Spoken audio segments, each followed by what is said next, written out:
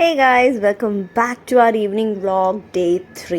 അപ്പോൾ ഇന്നത്തെ പോലെയും ന്യൂ ബസ് സ്റ്റാൻഡിൽ നിന്നും നമ്മളെ യാത്ര സ്റ്റാർട്ട് ചെയ്യാണ്. ഇന്ന് നമ്മളെ യാത്ര ബുള്ളറ്റിലായതുകൊണ്ട് ചെറിയൊരു ബുദ്ധിമുട്ടൊക്കെ ഉണ്ട് കേട്ടോ എനിക്ക് വീഡിയോ എടുക്കാനായിട്ട്.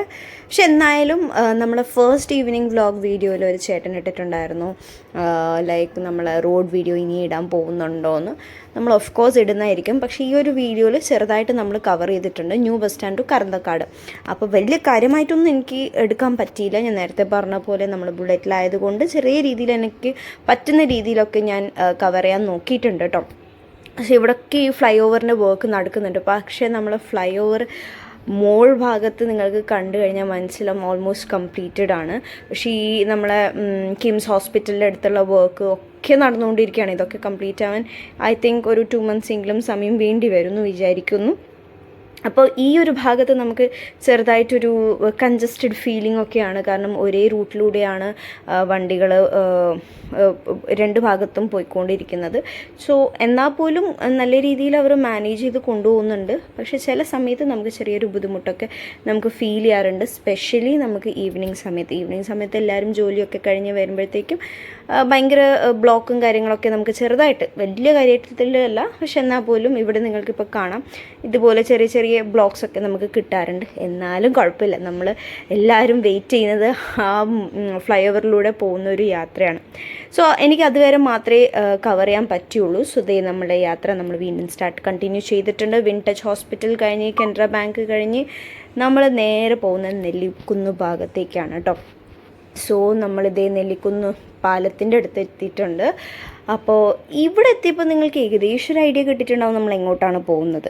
യെസ് ഗൈസ്, നമ്മൾ പോകുന്നത് നമ്മൾ ഹാർബറിലേക്കല്ല സോറി, നമ്മൾ ലൈറ്റ് ഹൗസിൻ്റെ ഭാഗത്തേക്കാണ്. സോ ഇവിടെ പഴയൊരു ലൈറ്റ് ഹൗസ് പോലെ അല്ല കേട്ടോ, ഇപ്പം ഭയങ്കരമായിട്ട് ഈ ഒരു ഏരിയ എന്ന് പറഞ്ഞു കഴിഞ്ഞാൽ ഭയങ്കരമായിട്ട് ചേഞ്ച് ചെയ്തിട്ടുണ്ട്. സോ ഈവനിങ് ഒക്കെ വന്ന് നമുക്കൊന്നിങ്ങനെ റിലാക്സ് ചെയ്യാൻ പറ്റിയ അടിപൊളി സ്പോട്ടാണ് നമ്മളെ കാസർഗോഡ് ഇപ്പോൾ വന്നിട്ടുള്ളത്. ഞാൻ ഇതുവരെ ഈ ലൈറ്റ് ഹൗസിൻ്റെ മുകളിൽ കയറിയിട്ടില്ല കേട്ടോ. നിങ്ങൾ ആരെങ്കിലും കയറിയിട്ടുണ്ട് കമൻറ്റ് ചെയ്യുക കേട്ടോ. സോ ലൈറ്റ് ഹൗസിൻ്റെ നേരെ ഓപ്പോസിറ്റ് വരുന്ന ഇപ്പോൾ 3 തട്ടുകട സ്റ്റാർട്ട് ചെയ്തിട്ടുണ്ട്. പക്ഷേ അൺഫോർച്ചുനേറ്റ്ലി ഇന്ന് 2 തട്ടുകട ക്ലോസ്ഡ് ആയിരുന്നു.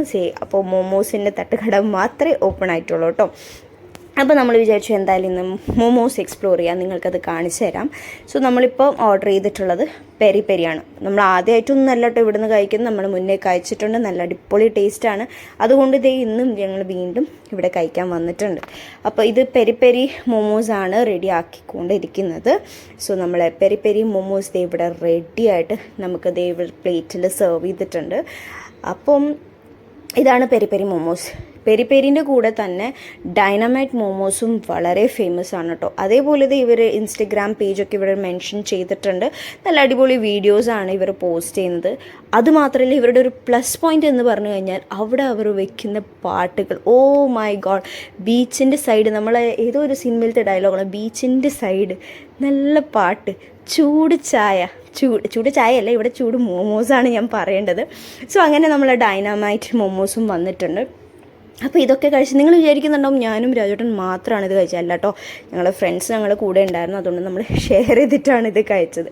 അങ്ങനെ മോമോസൊക്കെ കഴിച്ചപ്പോൾ നല്ല ചൂട് ചായ കുടിക്കണം എന്ന് ആഗ്രഹം വന്നപ്പോൾ ദേ അതിൻ്റെ തൊട്ട് സൈഡിലുള്ള ഒരു തട്ടുകട എന്ന് പറയുമ്പോൾ ബീച്ച് കഫേ എന്ന് വേണമെങ്കിൽ പറയാം. നല്ല വൈബിളുള്ള സ്ഥലമാണ് കേട്ടോ. അവിടെ അതേപോലെ നല്ല കാറ്റും ഇരിക്കാൻ നല്ല രീതിയിലുള്ള സെറ്റപ്പും അതേപോലെ ബീച്ചിൻ്റെ സൈഡും.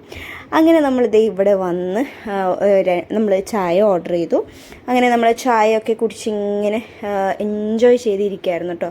സോ ഇതാണ് ഇവിടുത്തെ സീറ്റിംഗ് അറേഞ്ച്മെൻറ്റ്സ്. അപ്പോൾ ഇതുപോലെ നമ്മുടെ ഹട്ടിലൊക്കെ ആ ഒരു ഫീലാണ് കേട്ടോ അവിടെ ഇരിക്കുമ്പോൾ.